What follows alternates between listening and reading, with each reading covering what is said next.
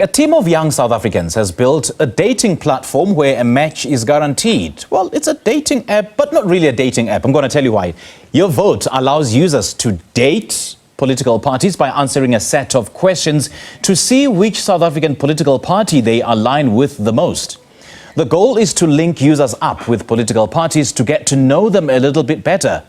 Yeshav Sewlal, campaign manager of Yoh Vote, joins us now to share more. Yeshav, a very good morning. Thanks for joining us. Welcome. Thank you so much for having me. I'm really excited to be here. Good to have you. Good to have you on the show this morning. Let's talk about this app and how it was conceptualized. So Yoh Vote was kind of conceptualized as a fun after-school project that all of my friends decided to get involved in. One of our co-founders is very involved in politics, but someone like me gets kind of overwhelmed by that concept and it's a lot to engage with politics. So we wanted to create something where people, and especially young people, can look at the discourse around online and have a springboard and an entry point into getting into the realm of politics. Okay. Yeah. Let's talk about the political parties. How many do you have on the app? Is it the old, known and established political parties, or just about any other political party? So on our quiz, which is the matchmaking quiz that kind of whittles you down into the party that you vibe with based on their manifesto, we have 7 on there, and it's the 7 main political parties and the bigger ones. But then we started adding more profiles and more dating profiles, and a lot of them are including a lot of the smaller parties, and we're slowly getting more and more traction with that. Okay, got you.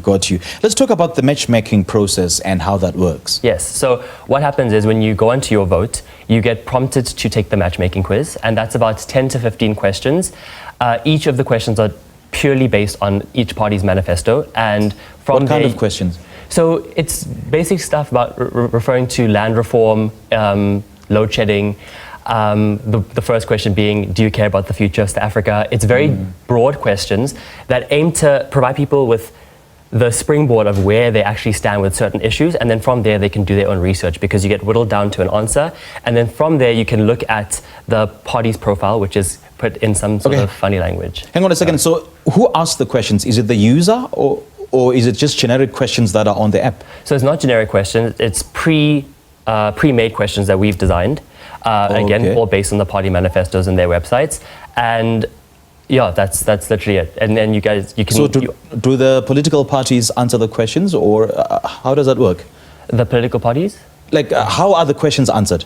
Oh, so it's answered from a yes or no. So it's very, very basic, because we didn't want to overwhelm people with the process of engaging with politics, because it's so overwhelming. So it's, do you care about the future of South Africa? Yes or no? And then from there you get taken to the next question, yes or no. If you're confused by a certain question, there is a confused button, and then from there you can find out more about it. We have some sort of prompts on the website just so you can see, and again, the whole point is to engage people in a very, very not overwhelming way. Yes.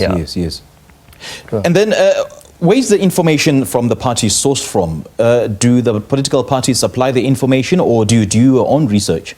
So everything is on the public domain. We just research a whole lot of all the parties that we have on the quiz's websites, and from there we whittled down some answers and made like a tree diagram, and then that's how the quiz was created. So it's purely based on the manifestos. We don't make any value judgments or any of that, because we don't have that type of expertise. So that's what we've tried to do. And I understand that you guys simplify the jargon, and you make it more simple and relatable, in particular for the youth. Yes, we do. I mean, I know for me personally, I get very overwhelmed by politics, and that's why I wanted to be involved in this project. It's because it started off by being a thing where we go hand out brochures at like bus stations and get people involved in like some sort of funny language. But then we wanted to make it more broad and to appeal to a wide demographic of people. And I know for me, you can't give me too much information, otherwise it can be a lot, because there's such a huge landscape of politics. It's everywhere, and we just need that point to just start and then do our own research, and then from there we can get our own knowledge. Yeah. So what's the kind of feedback that you've been getting from A, the users, B, the political parties? Do the political parties feel that whatever is in the app is an accurate reflection of their manifestos? So we haven't heard too much from political parties just yet, but the ones that have reached out have been very excited about the app, and they're really excited to see that their parties are on it. We have gotten some parties that want to be on the app, and we've started making some profiles for that, like I said. From the user point of view, it's been largely good, but we also take any of the bad feedback really, we take it very well, because what we want to do is we want to see people engaging with it. A lot of people are very reluctant to see politics in a very fun way. And because of that, they're very distrustful towards it. But from there, what happens is you become more critical with the content that you're taking in. Yeah. And you can do your own research. And the whole point of what we're trying to do is get people to talk about politics and get young people to talk about politics and engage with it. And that's why I think it's kind of grown so organically. We've barely done any like big marketing or anything. This was created for our own personal friend groups. And then we posted like twice about it online. And then it just kind of soared from there. Yeah, just picking up on what you said, that you want people to talk about politics. I mean, it leads to my next question. What will happen after the 29th of May? What will happen after the elections? Is this app purely focusing on elections or just about general political issues? So the app was created so that people could actually register to vote, because that was like the main goal of what we were trying to do. Okay. But then for now, we've seen that, wow, there's been such a huge increase in people that are actually really engaged with it. Yes. And what we started doing is trying to make it, okay, now that the post-registration rush is done, we want to get people more involved in understanding politics and trying to create that place and that hub of information for now, so that when they get to that voting station, they kind of have an idea of where they stand with politics. Okay. Post-election, we are tinkering with some ideas right now, but we want to obviously just try to focus on what's happening right now. And we're going to let things happen naturally and organically, because everything that's happened so far hasn't been forced, hasn't been like a ploy to make it bigger. It's literally just been what's genuinely needed right now. Okay. And then the future features that you intend on adding onto this app, would it be an addition to the features that are currently on the app right now, which are centered on elections? Yes, 100%. So again, the whole point of Yoh Vote is to prompt the election process and to get people more involved in it. Yeah. And we still maintain the idea that the quiz is the best place to start. Because I mean, if you don't know where you kind of align with, you can kind of, you don't know where to begin the process.